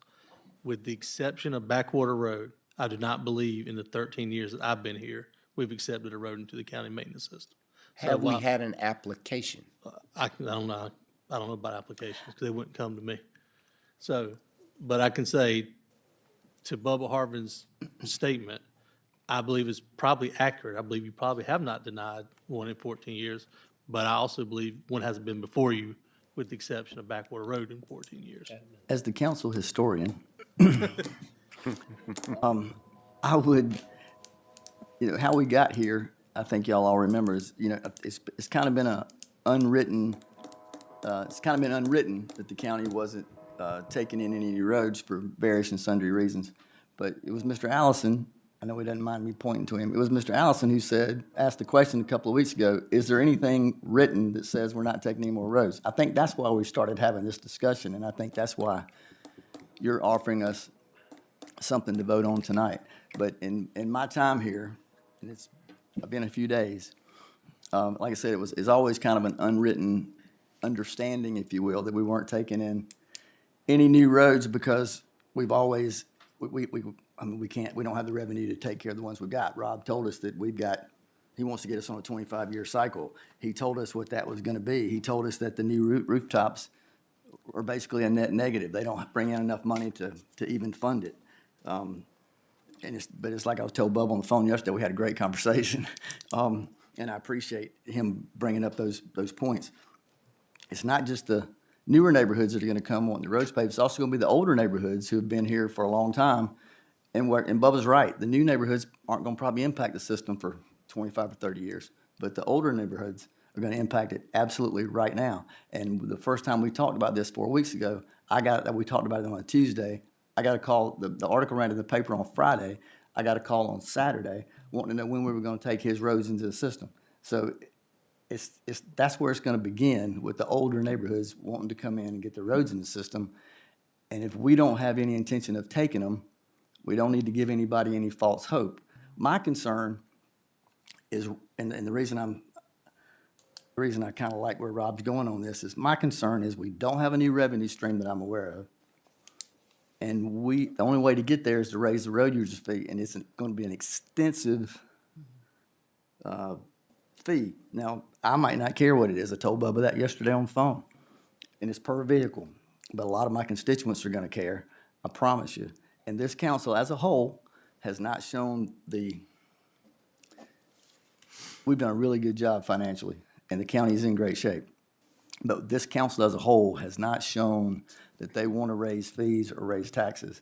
And we're talking about a significant, and I do mean significant, increase in road users fee if we don't, if we try to take in all the roads, because again, we can't take care of the ones we got right now on the paving cycle that Rob would like to see us on. So I think that this moratorium will allow council, whether it be through committees that Bubba talks about, or that, whatever, it'll allow us time to figure out a plan, which right now we currently don't have, to fund roads in the way they need to be funded. With that being said, I'm going to offer you a motion that we approve this. I second. I have a question or comment, please. Please, Ms. Miller. So I want to give my take on everything that's transpired. I've been a very vocal person and ask a lot of questions, and that's my nature to do that. So I want to thank the gentlemen who've spoken tonight, who voiced a lot of the concerns that, that I've had along with this. I'm really not as worried about a neighborhood that was built 20 years ago and it's coming forward. You know, they've had their chance to do it already. I'm more concerned about that we do have currently an ordinance, I think is the right terminology, that says this is the step that we follow. And I feel like that some of these folks came into town to develop some neighborhoods for us, knowing that we wanted to grow. And that they maybe read that and said, oh, well, I'll have a chance to come. So I'd hate to see us pull that out from under them now. My concern is with a 5-year moratorium, when I know that we are now going to embark upon a strategic plan that is going to be, I think, completed by, next spring, by the end of the 2026 fiscal year. If anything, I'd like to see that we should wrap this into that strategic plan and come up with some decision at that point. So if there's any kind of moratorium, I would say it should coincide with the strategic plan, and it should definitely be part of it and involving our community members in that planning process as well. And we've talked about that at length. So with that being said, I just want to make that comment that I don't think that a 5-year plan is the appropriate action or moratorium to wait 5 years to make that decision. We need to figure out how we're going to raise the money to take care of our roads. And I think one of our presenters actually talked about if a road on the ones that's under development now today, it's going to be 25 years before we have to even worry about those. So it's not the new road, it's about how are we going to pay for the roads we already have. So we really need to hunker down and figure that out. If it is a tax increase on the $26 to $30 to $35, then so be it. We have to figure that out. And I think that we need to have that discussion sooner than 5 years from now. Thank you. Go ahead. See, Mr. Allison, you ready or me? You go ahead. Thank you. And I'd like to echo a little bit of Ms. Miller's sentiments. And, as I look out in the room and I see my own daughter out there and I think about her as a first-time home buyer, spending her money on a home and what happens down the road there. I agree with you, Ms. Miller. I think that, to just go ahead and shut it down. And for me personally, I voted no on cutting it off. While I fully respect my historian friend, Mr. Templeton, I'm not prepared to shut this subject down. I'm definitely not prepared to go 5 years. I don't want to send a message to developers that, we're not open to it. I think we're hitting a point now with interest rates starting to come back down where we might see additional growth. And I don't want to discourage that as we're trying to do industrial recruitment, residential recruitment, and bring residential growth. So my feeling at this point, laying my cards on the table, is I'm opposed. Mr. Allison. Mr. Chairman, thank you. I think that if you put a 5-year moratorium at this point, you basically are telling all the new developers that you're not going to take their roads because they're going to they're probably going to be looking to build these neighborhoods out to the point where the county would take them within the next 5 years. Mm-hmm. So you're basically eliminating all of them that's in production. And I don't have a lot of heartburn with drawing the line in the sand today that anybody that comes before us now, that there's an understanding that there's a good possibility we won't take your roads. That may determine how they want to do their neighborhood. As a developer, a developer may decide, well, maybe I'll just make it a gated community then if you're not going to take my roads. So then they would maintain their own roads and would have the amenities of a gated neighborhood. But these developers who are already in, for us to change this midstream, because it says we might, but if we do a 5-year moratorium, there ain't no might to it anymore. We're not taking them. And I'm not worried about the old roads because the roads have to meet a certain standard to start with. Before you take a road, the county has to inspect them, and they have to be up to a certain standard to start with. And if somebody's coming to you with 25-year-old road wanting you to take it, it's probably because it's needs a lot of attention and we wouldn't take it anyway. So I think another thing, the federal government can't maintain their roads, the state can't maintain their roads, and I don't know of a county in South Carolina that can maintain their roads.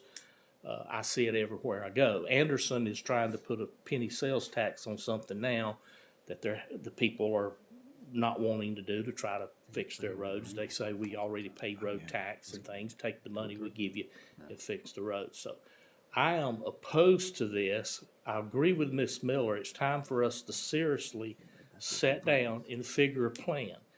Mr. Mays here, for instance. Mr. Mays maintains a lot of private communities who have to maintain their roads. And I've been in them, and the ones that I'm familiar his company maintains have great roads because they planned to have roads in their assessments and in their HOA fees.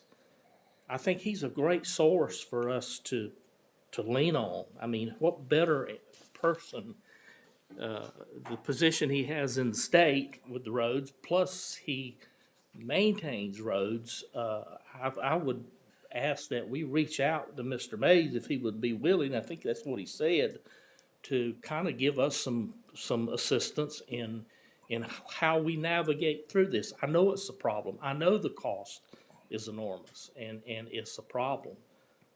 But I will not vote in favor of a 5-year moratorium. I do not think that's the answer. I don't think it's going to pan out in the end well for us. So I will vote in opposition in this tonight. Okay. But thank you for your work and your. May I add some? I do. By the way, we work with Mr. Mays on the CTC. I had a great conversation with him today. He brought some information to me today that I was, kind of surprised at in how they planned and budget for their homeowner association. We have, you mentioned the strategic plan coming up, that session coming up. Obviously, the roads are going to be part of that session. We chose a 5-year moratorium because we felt like, although council hasn't, adopted that strategic plan, internally staff is obviously thinking about this. I've spent a lot of time and effort. I know what I think my plan is that I'm going to be presenting to you. The 5 years was a way for us to get fiscally in order before we're ready from a fiscal standpoint to get ready. We're certainly willing to entertain anything less than 5 years, or whether it's a year, I think that one of the speakers said, which may not discourage developers, but still give us time to do that strategic plan, maybe get the start of a financial plan in place, at least the first start of it through this next budget period. But we're looking to be able to give developers some direction on the front end when they're coming to building. Our ordinance clearly says we're not taking in, that we're not obligated to take in roads. But when you're going through that process, I think some believe that you go through the process and we will take them in. But again, reading our ordinance, I think it's so a surprise when I hear someone like Mr. May say, none of our budgets include, the maintenance of repaving these roads in 20 years. So again, we're looking for some direction from council that we can pass on to developers. Right now, we tell them, follow the policy.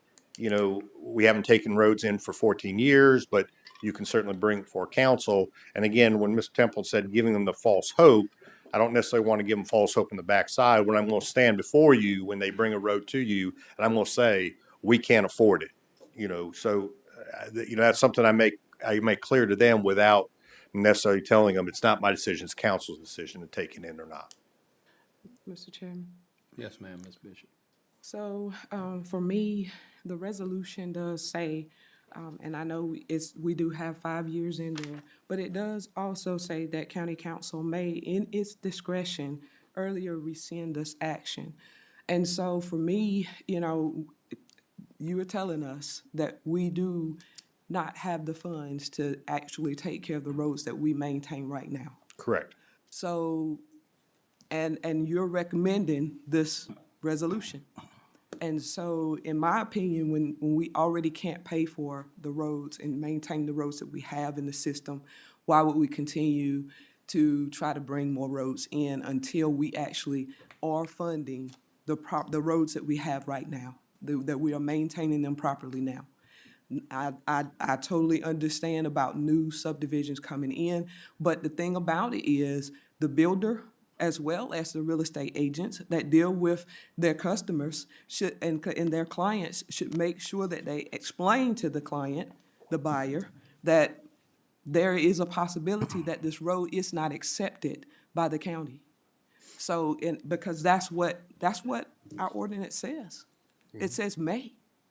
So, I mean, my thing is, when I'm making decisions for everybody. It's not just a new home buyer, the new subdivision, it's everybody in Greenwood County. So, in my opinion, the 5 years, it gives us time, because as it's been stated, previous boards, because I'm still new too, you know, previous boards have not been about increasing taxes. But in this situation, that's what's gonna end up having to happen. In order for us to maintain the roads, that's what we're gonna have to end up doing. And if most of, in the whole economy of the United States, everything is higher now. So this council cares about Greenwood County. So I know that we're not gonna automatically just go to the highest level that we need. So it's gonna take us time. It's gonna take us time to gather the funds that we need in order to maintain the roads that we have. So 5 years may be what we need, it may not be what we need. The thing about it is this council still will change over. We have elections next year, that we will still have new people, or maybe the same people back on this council. So my thing is, a year I don't think gives us enough time. I really don't. And we do have a motion and a second, because I did second Robbie's motion. So, yeah, that's what I think. Mr. Allison again. I have one more comment, and I'm gonna shut up, let everybody go home tonight. One other problem we have in Greenwood County in the state of South Carolina, other than bad roads, is affordable housing. And we talk about it all the time. We go to city meetings and the county, affordable housing. Heard tonight that an entry-level home is almost 200, and my number, and I'm a licensed realtor, was 285. At 6.5% interest, do you know what that payment is? More than I can afford. Right. Yeah. Do you think this is gonna help affordable housing in Greenwood County? Because the developer's just gonna pass it down the line. The developer's there to make money. When you put him in a situation to where he can't make money, he's gonna stop building or he's gonna raise the price. It's the way capitalism works. It's just the way it is. So I think we're hurting the cost of housing when we do something. I think we are increasing the cost of building in Greenwood County when we say now the roads are on you. The you is whoever's buying that house. So it's gonna go from 280 probably to 295 is my opinion. So it's not only just, it's just not about roads, it's about other things that it's like everything else. One action affects another. So that's another concern I have. Sure. Last Thank you, comment Mr. Chairman. from myself too. Well, it Mr. won't be Chairman. the last, because I haven't spoken yet, but go ahead, Vice Chairman. I'm sorry. Last by Dane. I've made this comment in some conversation with members, and I'm just throwing this out there. First of all, I do agree. We have Mr. Harvin and Mr. Mays that talked about they're willing to serve on some type of committee or looking at it. But the other thing is, and I know this is for a different day, but with capital project sales tax, which was just passed, I mean, to me, down the road, I may not be sitting in this chair, but I think that would be an option for not all of the money, like some counties have been unsuccessful, but Extremely. and I'm using walking around numbers, looking at the treasurer, roughly 120 million for capital project sales tax.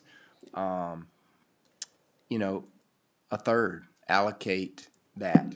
I think our residents, considering hour-long discussions we've been having on roads, would probably rather do that than to hear us discuss it any further. That's it, Mr. Chairman. Thank you, Mr. Pruitt. So my comment on this would be that I'm trying to take a more holistic view of this. And what I mean by that is, I think this roads issue is far greater than just potential new neighborhoods. It's difficult for me to vote against recommendation of staff when I know, I think, Mr. Rushing, you said we're $1 million a year back now, and if we didn't have the state funds, that it would be more than that, I believe is my recollection. So, but I do have great respect for Bubba and Calhoun and David, and I think that they made some compelling points here tonight. So hearing everything that council has said, hearing everything business leaders have said, developers, realtors, I guess what I would, Mr. Templeton, I would ask you, because we do have a motion and a second You have a motion before in a us. second. If there would be logic to backing that 5-year down to give us time over the next, pick it, year, 18 months, to try to come up with any viable alternatives. Now, I will tell you, in regard to the roads fee, and I'm just one voice, I firmly believe we need to raise the roads fee. I have thought that for years. I think some of you I've spoken with would concur with that.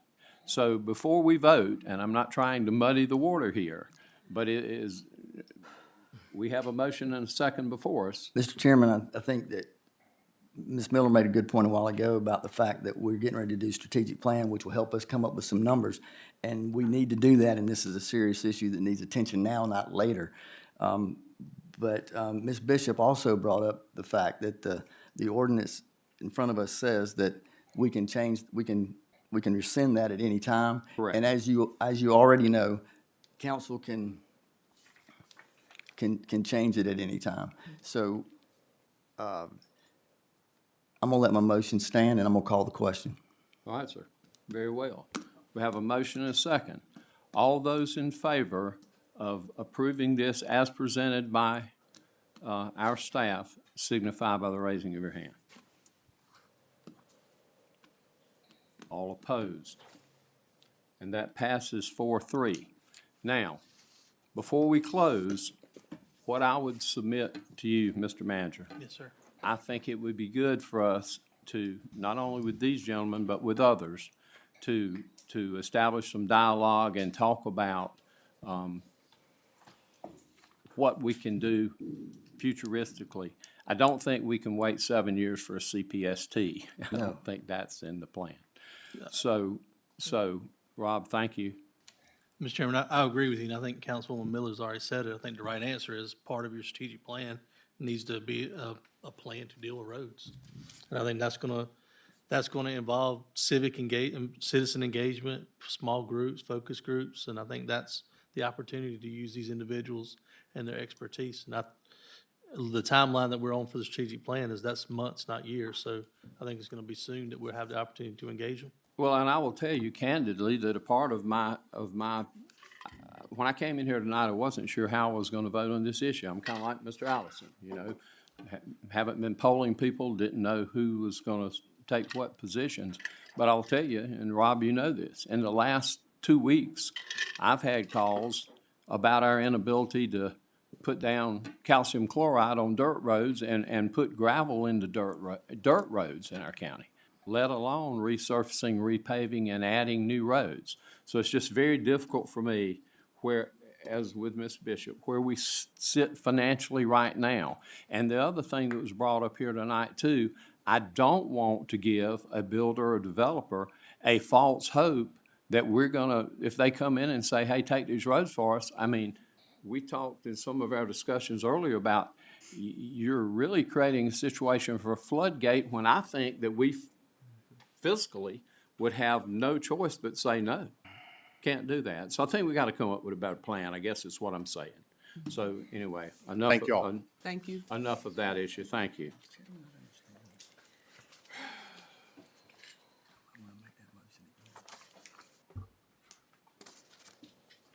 All right. Where are we at?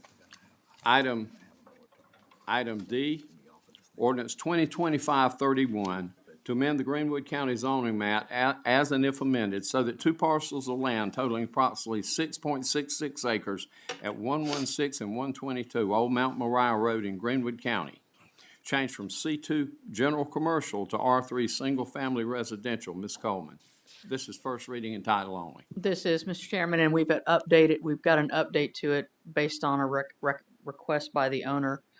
They're going to request that R 122 Mount Moriah Road be rezoned to R3, but that 116 Mount Moriah Road be left as commercial because there's a commercial structure on it.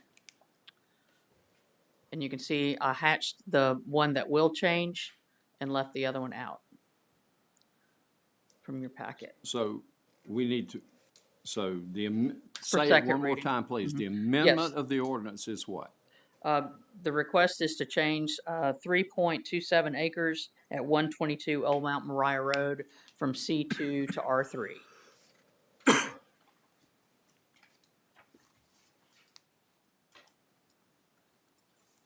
And that's the only change? That's the Just that portion? Just, there are two parcels, and they want to keep the request going forward for the residential. They want to remove the request for the commercial and leave it commercial. Okay. So the ordinance as it's stated before us now is correct? It should be what I Correct. put up. The title was changed. The title is the same, but the ordinance should reflect this. Okay. What I forwarded up, yes. Okay. First reading title only, so no action is needed. Mr. Chairman, is this in my district too, or do you know what district this is in? It is, District's in your district. Was this the old winery? it is. It is. Yeah. So they want to return the house to a residential use. Gotcha. In a commercial district, they can't get a permit to do that. Gotcha. But they're going to keep the commercial structure as is. I think it was residential originally, and they changed it It to was. commercial to have the winery, and now they want to go back. That would be correct. Okay, let's move on. Item E, ordinance 2025-32, to amend ordinance 2025-08 for approximately 12 acres of land located at 1510 Montague Avenue Extension regarding side yard setbacks of the residential portion of the PDD. Again, first reading and title only. Carol? Mr. Chairman, this is one you may remember on Montague Avenue Extension. It abuts the Edgemere subdivision with the exception of a sewer easement that runs there. We did get a PDD, a planned development district, with a buffer around the exterior of it. You can see it's got a complete buffer around it plus the 10-foot easement adjacent to Edgemere. They now have a developer that wants to go in there, and they are asking for a reduction in the setbacks to give more flexibility with the footprint. The new plan has been reduced to 37 total lots. So it actually reduces the density. The distance between the house that backs up to another neighborhood would be a minimum of 60 feet to Edgemere because of the setback, the buffer, and the sewer easement. That's the request. Yes, sir, Mr. What Allison. was the recommendation on it? The recommendation was to approve. Thank you, Carol. Any further conversation? First reading title only, so we'll move now. I don't think that we have any pending items, Mr. Manager. District reports. District 1, Ms. Thank you. Teresa. Thank you, Mr. Chairman. Like to say good evening to each and every one of you, and thankful for you all attending tonight. Like to thank Mr. Harvin, Mr. Mays, and Mr. Trent for your information concerning the roads. It gave us a little bit more opportunity to hear from your side as well as all the other information that we have heard, and now we do have the opportunity to get you all to be on different projects for us. So, we want to say thank you for that, along with everyone else that was here. And we just want to just take the opportunity for everyone to just being involved and wanting the best for Greenwood County. And that so ends my report, Mr. Chairman. Thank you, Ms. Griffin. District 2, Mr. Allison. All is well in District 2, Mr. Chairman. All is well, Mr. Allison. Ms. Bishop, District 3. Just thank everybody for coming tonight, and thank you, Bubba, for coming and talking to us. I appreciated our conversation yesterday. Thank you, Mr. Mays. And thank you, David. Good to see you. And also Miss Tracy in the back. Good to see you.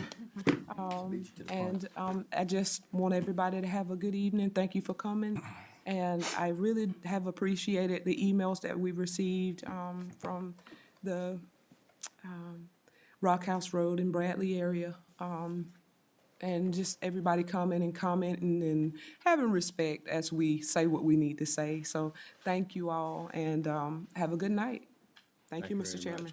District 4, Ms. Miller. Thank you, Mr. Chairman. I did attend the Patriots Barbecue along with our chairman, where we honored the veterans and first responders. It was a packed house out at the farmer's market. Attended the State of the City and County along with, I think, everyone else on the stage here today. And I want to just say that Mr. Chappell and Chairman Lane did a phenomenal job representing the county with the questions that were posed. So very proud of the responses you all gave. I did do a county council update to one of my local neighborhoods and actually did them a primer on how to read their tax bill. So you might be getting some questions, I don't know. I'm trying to send them to somebody else other than you, though, if they ask me about it. So it was a good informational session to have with them. And then I would like to remind folks that the Veterans Day Parade is Sunday, November the 9th at 2. And I'm going to let Robbie speak to a capital project that's going to be having a grand opening later. Already That got it written concludes my down. You read report. my mind. Thank you. Thank you, Ms. Miller. Mr. Pruitt, District 5. Thank you, Mr. Chairman. Today is Election Day, and hopefully everyone who is eligible, I know there were spots open in the town of 96 that were up for grabs, and hopefully if you were eligible to vote, that you voted. And I also thanked all of the volunteers that work at these polling places, as I try to do each and every time. Veterans Day Parade, Ty Vines reached out to me, and just want to reiterate that on Sunday, November 16th at 2 p.m. It'll begin at South Main Street Baptist and proceed up Main Street, ending at Hampton Place Shopping Center. Also, we all got a note, and speaking of veterans, from Dale Kittles. Basically, at Friday, November the 14th at 11 a.m., there's an unveiling of the last part of the monument upgrades done at the VA Center. I appreciate this council that supported those upgrades. I think it will be a proud time for us to go see it. It is an awesome sight of how well we do at honoring our veterans here in Greenwood County. 96 High School Marching Band won another state championship. 4 in a row. I think the total is up to 12. If the chairman will allow, my plan would be to honor them at the next meeting. Very good. And lastly, I would like to recognize the visitors in the back, my lovely wife Tracy and my daughter Megan. Thank you for coming. As I always do, I'm going to end with a Bible verse. It's short and sweet. Matthew 19:19 says, "Honor your father and mother, and love your neighbor as yourself." That ends my report, Mr. Chairman. Thank you, Mr. Pruitt. Mr. Templeton, District 6. Thank you, Mr. Chairman. I will be brief. I will say that it is my sincere hope that we don't have to have a 5-year moratorium, that we can shorten this very quickly. And I think that council, the situation definitely has council's attention, so I think it'll be on the forefront of planning when it comes to the strategic plan and when it gets to budget time. As Ms. Miller alluded to, Thursday, November 6th, 4 p.m., Grace Street Park will have their grand opening. You can see a lot of stuff going on out there. There were some people out there tonight already participating. But 4 p.m., Grace Street Park, grand opening, followed by popcorn in the park with the movie How to Train Your Dragon. So if you have an opportunity, please attend this grand opening. It is a 2016 capital project sales tax project that would not have happened without the yes vote of the folks. So go out and support the city as they have their grand opening on Grace Street Park. And it's my report. Thank you, Mr. Templeton.